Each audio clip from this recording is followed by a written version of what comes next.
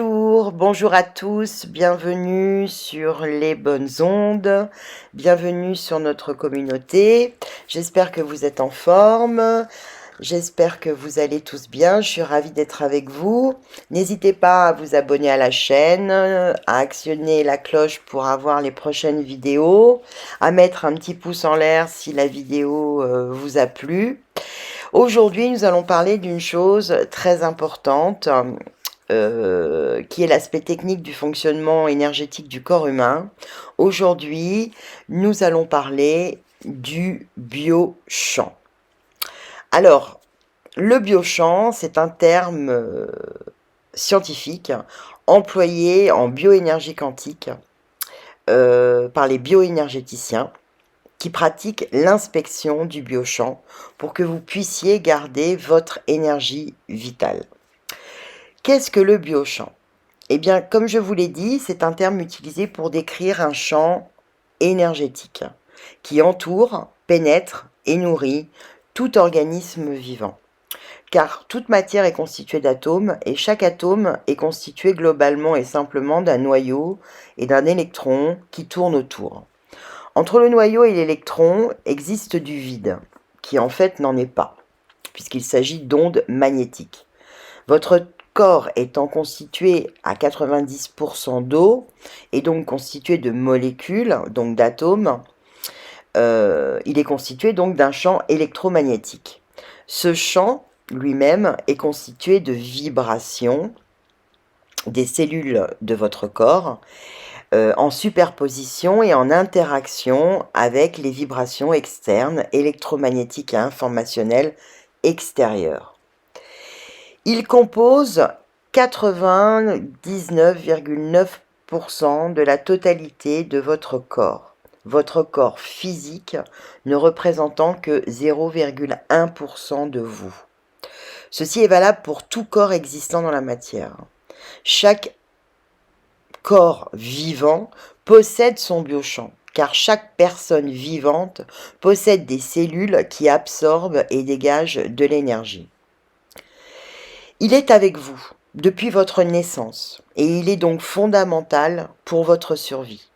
C'est le réservoir de l'énergie vitale humaine.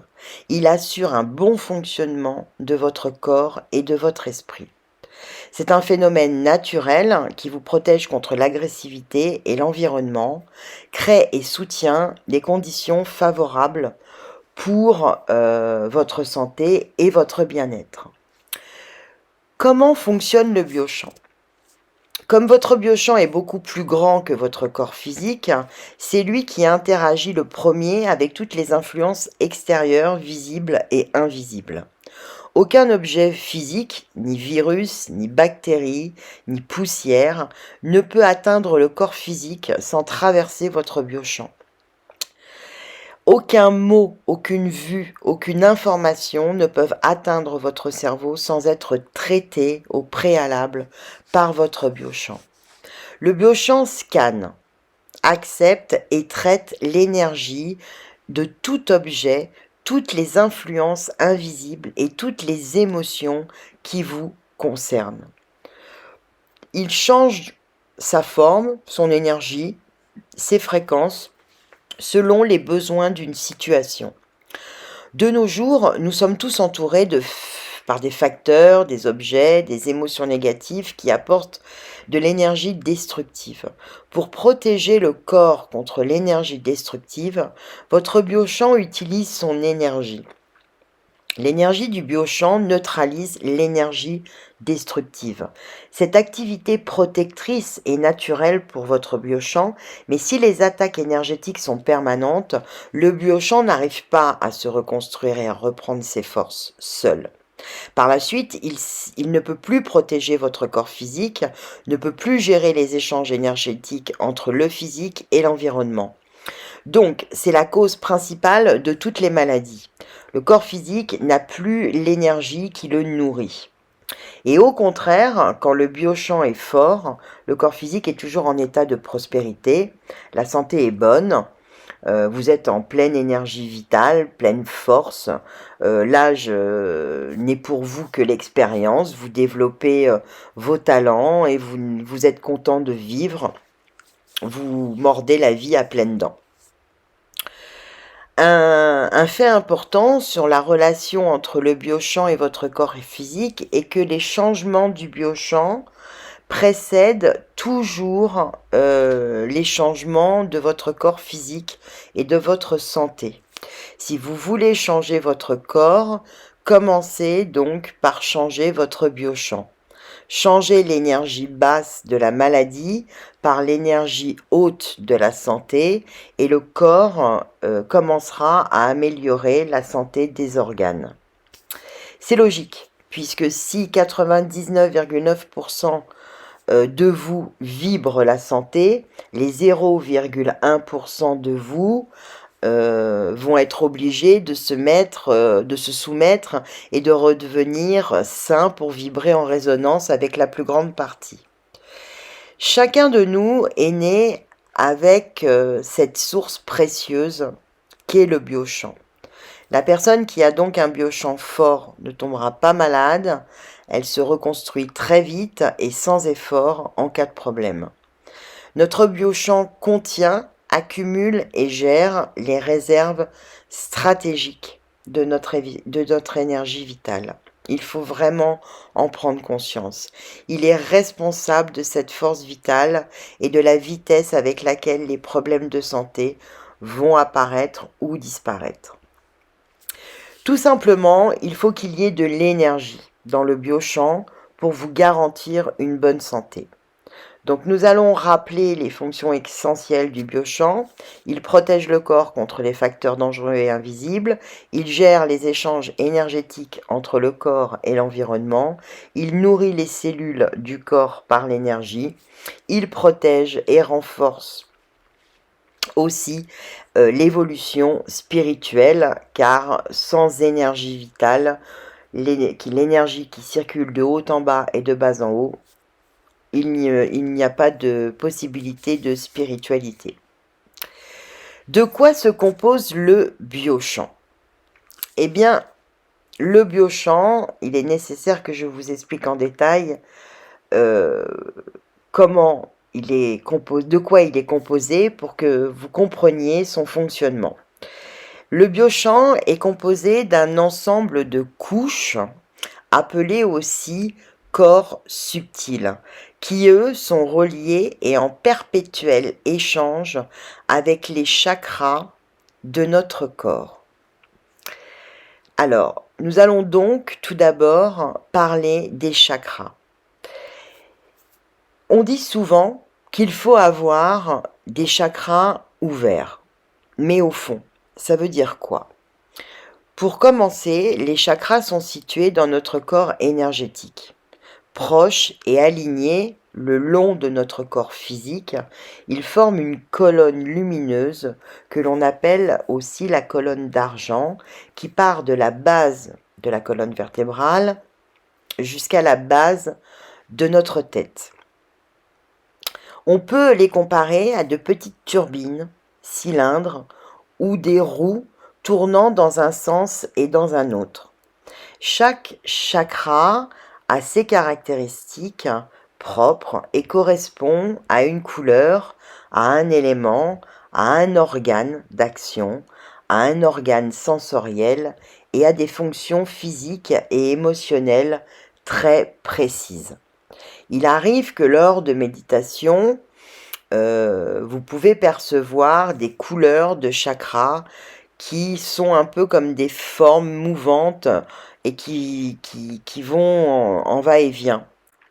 Cela vous indique alors quel chakra et donc quelle glande de votre système endocrinien a besoin le plus de votre attention. Le premier chakra est le chakra racine. Il est positionné entre le sexe et l'anus, pour faire simple. Sa couleur est le rouge, son élément est la terre, son sens est l'odorat. Il agit sur les besoins vitaux de notre instinct de survie.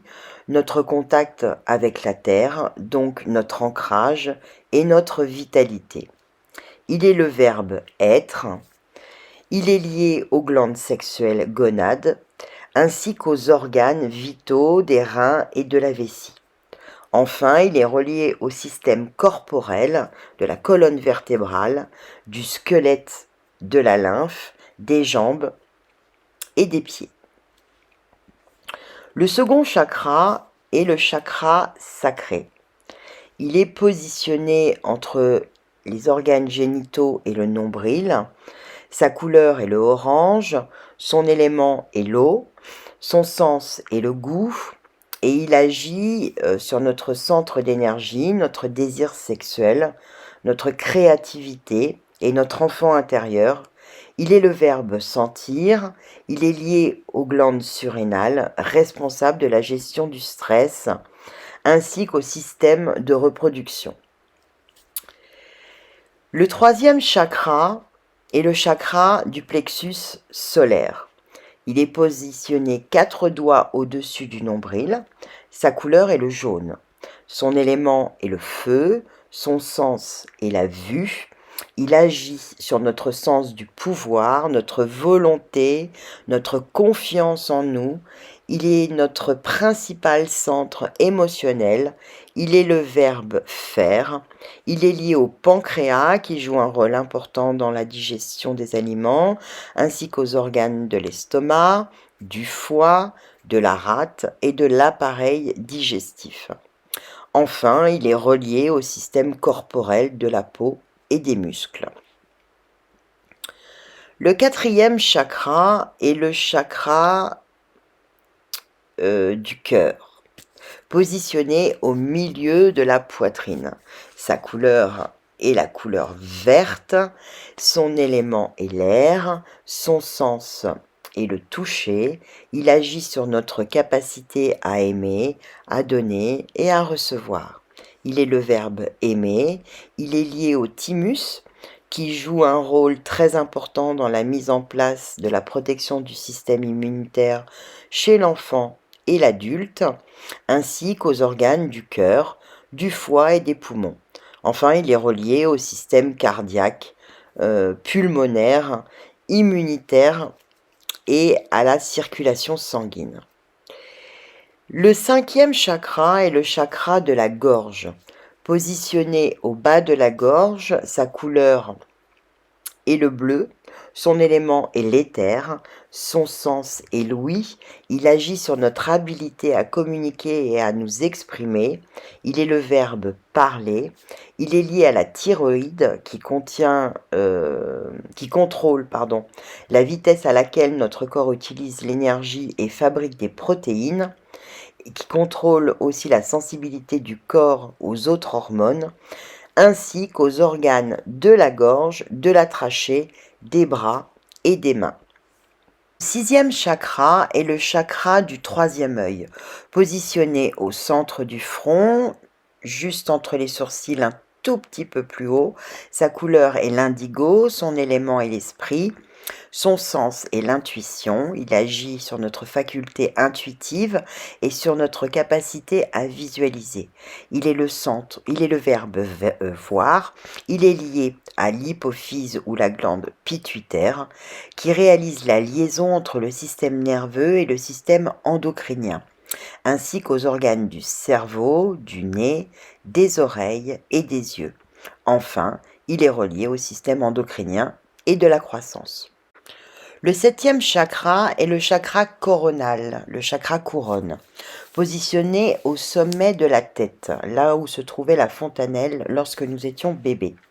Sa couleur est le violet, son élément est la vibration et il est à lui seul tous les sens réunis. Il agit sur notre connexion avec notre plus haut niveau de conscience. Notre esprit est le divin, il est le verbe savoir, il est lié à l'épiphyse ou la glande pinéale, celle-ci sécrète de la mélatonine et joue un rôle central dans la régulation du rythme biologique, ainsi qu'aux organes du cerveau. Et de là, il faut dire qu'il existe plus de 88 000 petits chakras répartis un peu partout dans le corps. desquelles prennent vie des petites veines énergétiques nommées les nadis, terme hindou. Leur nombre dépasse presque les 130 000 afin d'irriguer complètement notre corps d'énergie subtile. Je reviendrai dans une prochaine vidéo pour vous parler des nadis et leur fonctionnement. Donc, en gros, si on nettoie nos chakras quotidiennement, on nettoie tous nos organes vitaux et nos glandes endocrines. Si on nettoie et qu'on équilibre nos corps physiques et énergétiques, on va être en meilleure santé. On peut le faire au quotidien par le biais des méditations, ces fameuses méditations, ou par le biais de la visualisation. Si on a un peu de mal au début avec les méditations, on peut très bien faire appel à des soins auprès d'un thérapeute énergéticien qui peu à peu vous guidera pour trouver votre indépendance. Car je rappelle que l'indépendance est vraiment essentielle et nécessaire. Toute pratique doit devenir comme un rituel, comme prendre votre café le matin ou déjeuner le midi. Donc, dans cette première partie, nous venons de voir comment fonctionnent les chakras. Maintenant, je vais vous expliquer ce que sont les corps subtils.